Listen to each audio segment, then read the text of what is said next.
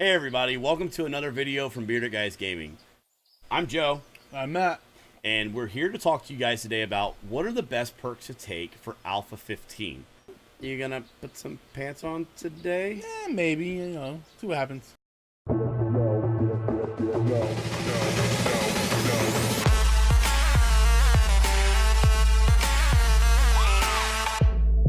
So Matt and I sat down and compiled a list. We thought, what are the best perks to take when you first start playing the game? It's a question we get asked quite a bit inside of our stream. So we thought, why not go ahead and finally make a video of it for you guys to have, kind of help you out. But it's also a very loaded question. It's a loaded question because it depends on what kind of play style you're going to do. Absolutely. I mean, are you going to play a permadeath, Matt? I'm not. Didn't think so. Are you going to build an underground base? Are you going to Possibly. build... Well, that's probable for him. Are you going to do a nomad style? Are you going to do a super big fortress? Because of the types of questions, it really depends on what you're going to be doing on your perks. So it's a hard question to answer, but we thought that we would sit back and go down a list of what we feel like are our top 10 items that we would choose and kind of give you the importance and the reasoning behind it. Let's start in with number 10. So number 10 was something that Matt and I thought about, and it thought really hard, and it really applies kind of to the end game, but it's also very important in Alpha 15. So the first one that we went with for the number 10 was the Fixer. So what the Fixer allows you to do is it reduces repair time on how much repair materials are used and an amount of durability lost with each rank. So a perk is something that has the 10-point cost. You'll notice right here that is that right there. When you see the 1-point cost, that is something that you build up over time as you're playing the game. But these points right here, you have to kind of bank them and use them wisely. So the first one we went with for number 10 was the Fixer. So what happens is, as you play late in the game and you have a sniper rifle, it's a level 580, and it starts to lose its wear and tear. Well, next thing you know, sniper rifle breaks. You got to repair it. If you haven't put points in Fixer, then when you do fix it, the quality of that sniper rifle will go down a lot. And let me ask you, Matt, would you prefer I shoot you with a 580 or a 300 sniper rifle? Personally, I'd rather shoot me with a 300. I may live. Good point. So keep in mind that the Fixer is our number 10 choice for top perks. Time for number 9. So number 9 on the list is a little controversial between the two of us because I don't really agree with Matt on it, but it was something that we felt that we should put on the list, so Matt's going to explain it. But number 9 on the list is Health Nut. All right, guys, if you take a look there, Health Nut is one that I feel is somewhat important. Because if you're somebody like Joe, who dies a lot, you want your health and wellness to be up a little bit. If you die, the lowest amount you can get is 70 wellness. With this, each point you put into it takes it up by 10 points. So, after 5 points, you're looking at an extra 50 health and wellness. That's, on top of your 70. So, well, I've never seen that. I usually hover around the 70. Yeah, I mean, I do too sometimes. Because I don't get a chance to get my points going in this yet. But I think this is a good one to put your points into. Just it gives you just that little bit more health. Well, when you're in the city and you're getting chased by dogs. Maybe I should take our advice and start using Health Nut a little bit more, but it is our number 9 on the list. Number 8 on the list, and this one is especially important now that Alpha 15 is around. Absolutely. This one is quick crafting. Guys, let me explain something. Some of the crafting times on the things that it takes to make now takes a lot longer. You're going to build a drawbridge? Well, guess what? You're looking at 30 minutes at least. Tell me how long it takes to build spikes in Alpha 15 versus Alpha 14. Exactly. You take this talent and you'll thank me later. So quick crafting reduces how long it takes to craft things by 10% for each rank. You can go 5 ranks, so essentially decreasing your craft time by 50%. That is a tremendous amount. It is something that is not very bad to take early on and not very bad to take mid-game. We highly suggest it, and especially with Alpha 15, this is a must-do at number 8. Absolutely. All right, guys, number 7 on the top 10 perks for Bearded Guys Gaming suggestions for Alpha 15 is the Camel. Now, Keep in mind that when we're talking about this list, these are for people that have never played the game and they're venturing into it for the very first time. Remember the pro tip that we give every single time we stream and in our last video is to turn off zombies. You're already facing the elements, so why make it harder than it needs to be while you're learning the game? Well, the camel helps a lot. It slows your thirst down so you don't have to drink as much. You can go 5 times up in that perk as well. So if your thirst degradation is not going to go down as much, then helps out a tremendous amount. So the camel is the one that we put at number 7 and can be argued to go with number 6 as well. So remember, number 7, the camel. Number 6, the survivor. Tell us about that, Matt. Survivor, what it does is it slows your metabolism, so you don't have to eat as often. You know, when you're first starting out, you're still trying to learn how to find food.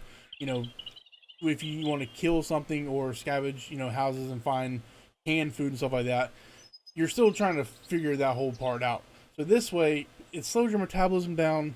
You don't have to eat as often, you know, and it also increases your wellness a little bit as well. So that kind of goes back with the whole health nut thing. And that's why, you know, we figure, you know, the survivor is a pretty good one to take as well. So all in all, number 6 is a survivor. But essentially what you're doing is you're making things a little easier. You're not having to drink as much. You're not having to eat as much. And you're also able to have a little bit higher wellness. Makes the game a little bit smoother. Number 5 on the list is Sexual Tyrannosaurus. No, guys, this is not the dinosaur game. This is the zombie game. So Sexual Tyrannosaurus can kind of go hand in hand with number 4. You have the stamina of this ancient beast and can regain stamina faster with every rank. So essentially, as you burn up your stamina, you gain it back quicker the higher the ranks that you go. Now, if you've ever played a survival game, you know that stamina can be a killer. Oh, yes. So it's very important to have a good regeneration on it. All right, guys, rounding out the top 5. Number 4 is Run, Force, Run. Now, remember we said this one could be switched with number 5, Sexual Tyrannosaurus. But we put this one a little bit above it, and Matt's going to tell you why. All right, so basically in this game, you're doing a lot of running. Running from house to house, city to city, running away from zombies. With Run, Force, Run, you use 10% less stamina per rank. You can have 5 ranks. So you up to 50% less stamina while running. And I don't know about you, but if I'm running away from a bunch of zombies, I want as much stamina as I can get. Yeah, and I guess, you know, when it comes in conjunction with Sexual Tyrannosaurus, if you think about it, is if you're burning less stamina, you don't need as much stamina to regen. So that's why this one edged out Sexual Tyrannosaurus for the number 4 spot, and that is Run, Forest, Run. The number 3 spot for the Bearded Guys Gaming top 10 perks for 7 Days to Die for Alpha 15 is kind of a tricky one. So it's items that you're not going to get until you get to the higher level. But we felt that it was very important that we put this very high on the list, because depending on your playstyle towards the end, it's going to be important that you bank some points so that when you are ready to proceed with these skills, you have them. So there are 4 that fall into this category. The first one is concrete mixing. It speaks for itself. It unlocks the concrete making ability, and there are a lot of things that go with concrete mixing. The second one is steel smithing. It unlocks steel, the ability to take your base to its furthest potential. Vault doors, outside steel completely, you know, spikes. It is a very important one. Number 3 of that is the workbench, and number 4 is the chem station. Now, when it comes to the workbench and the chem station, they are important, but there are some little tips and tricks that you can use, and Matt can explain a little bit about those. All right, if you like you were saying, like the workbench and the chem station, you can find those in the game already. If you find a trader, a lot of the traders have a workbench, and you'll find some traders that have the concrete mixing stations. But if you go to like the hospitals and popping pills, you can find chem stations, and you can wrench the chem station out of those places. So if you have a wrench, you can take the chem station with you. Never waste the points on it. But the reason why we still concluded them as part of number 3 is that, let's say you're having a hard time in the game. and you're having a hard time making it to faraway cities, and you haven't come across a gas station with a workbench or a poppin' pills with a chem station, then we suggest use those points, kill some zombies, use those points, and go ahead and take the perk. Yeah, because if you look, like the workbench, you know, you have to have your construction tools up to level 20. So by the time you get to this point, you know, your construction tools should be level 20. You're already in the mid game. You're mid game going towards late game in a sense of your achieving of skill points as you've been building up stuff and doing stuff in the game. So number 2 really goes hand in hand with number 1. And we think that most people would agree with this. Absolutely. It's something that you should be doing early in the game, getting it out of the way, and it will only make your gameplay a lot better. Number 2 on the list is scavenging. Scavenging is everything that you loot. You find a trash bag on the floor, if you find something in a car, you find a box, what you're scavenging is going to increase the better chance for the loot, okay? For a higher chance of loot and for a better type of loot, which leads us to Quality Joe as the number 1 spot. Now, we kind of ran these two together because they go hand in hand. Yep. The first thing you should take when you come into the game is this Quality Joe. You put 10 points into it. Now, they're linked, though, because you can't get the next level of Quality Joe without building up your scavenging. So the two run hand in hand. And in order to stop eventually, you'll have to get to level 60? 60 scavenging. 60 scavenging to have the 3rd level of Quality Joe. Now, what that means is that you will have purple items a majority of the time when you go to loot. You find a pistol in the toilet, do you want to find a brown one, less than 100 quality, or would you prefer to go ahead and get one that's a purple one? Exactly. So that makes a difference in the game, guys. Quality Joe adds 25, 50, and 100 quality points for each item that you take. So these are very important early on to get. Now, we're not saying to put points into scavenging, but what we're saying is that it's very important you put points into Quality Joe, and that the next thing that you be working on while you scavenge is the scavenging itself. If you find yourself with a few points and you're not far from the next level to get Quality Joe, go ahead and put those points into it. The argument is that why would you waste your points for something that you can gain automatically as you do it organically? Well, the argument I put to that is you just kill some more zombies. Exactly. The more zombies that you kill, the more points you accumulate. There's really no harm in doing it. And it would only enhance the gameplay style for you. So we highly suggest at number 2, scavenging, and rounding out the top 10 for number 1, Quality Joe. I'm also a little partial to the fact that it's called Joe. He would. Alright guys, so you might be asking, well, I got this big list, and there's quite a few you didn't name. Why aren't they on there? And we'll kind of give you some of our reasons real quick why. So we go here on the firearms tab, and you got a few you got to choose from. Guys, there's some quality of life stuff, you know, the Outlaw, or Better Lead Than Dead, or Boomstick. It depends on what you're going to play. You're going to play with shotguns? Okay, sure. Put some more points in Boomstick. You're going to play with pistols? Go ahead and put some stuff in the Outlaw. It's completely up to the game style that you're going to be playing. And that's really where these points kind of make the game so unique, is that there are these different play styles, but they didn't quite make the top 10. Now, another style that Matt's a big fan of is melee. And there's the whole knife guy melee style, where you can go around with a machete and hack up zombies that way if you want to get up and close. Matt likes to play a style with blunt weapons and pummel Pete, but he'll tell you about that. Yeah, if you look there, you know, your pummel Pete, it lets you do more damage and swing easier and better techniques. And you get 5 points into that, and that also increases your entity damage, and your stamina degradation is less. And that also goes with breaking and entering with clubs and sledgehammers, sledgehammer being my favorite. That increases your block damage each time you do a point into that. So when you get those two together, basically I don't run around with axes or picks. I just use my sledgehammer to go knock down trees or go bust some rocks. Or when we go scavenging in a city, I walk up and I one-hit doors almost. Going into safes and stuff, I can, you know, couple hits and I'm in a safe. Not to mention walking around one-hitting zombies. You just see me one-hit a bear. Zombie bears. Zombie bears, guys. One hit. One hit it, you know. Ow! So, me personally, sledgehammer with blunt weapons. You have to get your points up in blunt weapons. Obviously, but pummel Pete and breaking and entering mixed with sledgehammer, good to go on that one. So the question I have is this, and I just noticed this for the first time after thousands of hours of playing, but it says that on pummel Pete that the swinging is easier with a better technique. So when you play with the sledgehammer, I don't like that style, and it has to do with the fact that there's a delay to it. Yep. Does pummel Pete close that gap, or does that delay still incur? As far as I can tell, the delay is still there. I think you just hit better.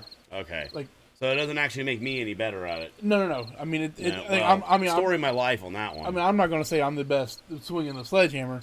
You just have to learn like that timing. You get the timing down with the sledgehammer. Well, the other question that a lot of people ask us about the pummel Pete style and the breaking and entering is because it's very OP. Matt can go around and one-shot things all the time, and it's a little trickier to play at first, but once you've got the rhythm and you kind of learn that distance, Yep. It is a very epic and OP style of playing.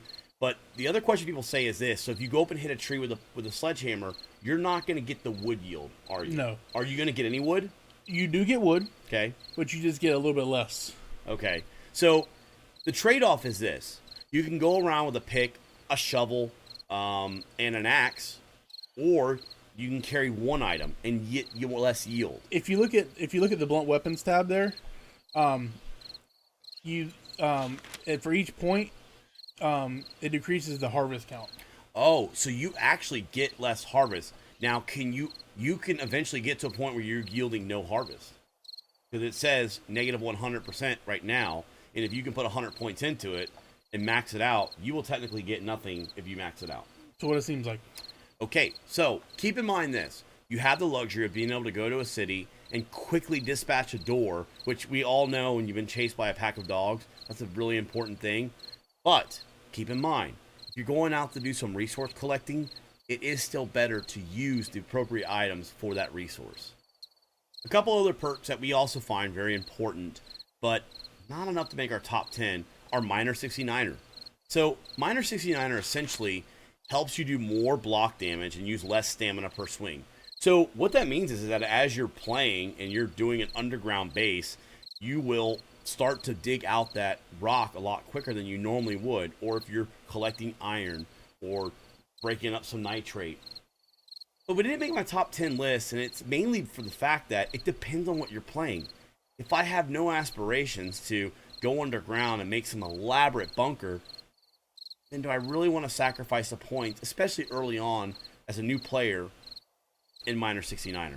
So Minor 69er is a very good talent, but not one that we suggest. Another one that kind of is a great talent, but not one that we would suggest, that is leather tanning. So when it comes to leather tanning, there are certain things that you can only scrap if you've taken leather tanning. Also, if you've been out hunting, collecting hides from different animals, you can't turn them into leather until you've taken leather tanning. But there's kind of a workaround in the sense that you can just go find some couches, chop them up, and get leather that way. So we really felt like, even though it's a good talent, it's not one that we would suggest to anybody playing on the new side of the game. Now, the last few talents we'll talk about are Fast Eddie, Treasure Hunting, and Secret Stash, and Barter. Now, Fast Eddie is a talent that the only time that I've ever taken it in my entire thousands of hours of playing 7 Days to Die was by accident. I accidentally clicked it. I mixed up Fast Eddie for Quality Joe. It makes you loot 25% faster with each rank. Well, I'll be honest with you. Just make sure there's no zombies around, and then you don't have that problem. Now, treasure hunting. Matt, would you take treasure hunting? Starting out, no. Yep, I agree. Later on in the game, when I have nothing else to do but hunt for treasure, sure. I mean, treasure hunting will make your life easier. There have been times that we've been in the wasteland, and I don't know, 25 deaths occurred because we kept getting killed by the things attacking us as we were digging this ginormous hole to find the treasure. But it's not something that Matt and I felt like was something that we would suggest anybody to go pick up right away. Just not a very important talent. And when you're bored at the end of the game, it's not one bad to pick up.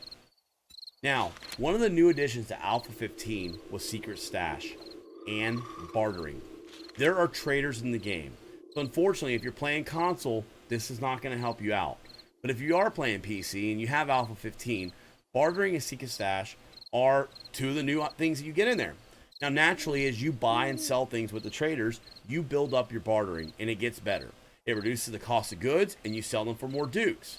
Now, I will say this. Sell a lot of gun parts and you'll get a lot of dukes.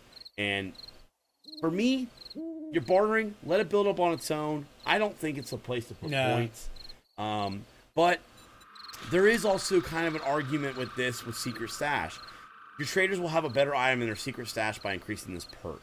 So it's kind of a one-off, you know?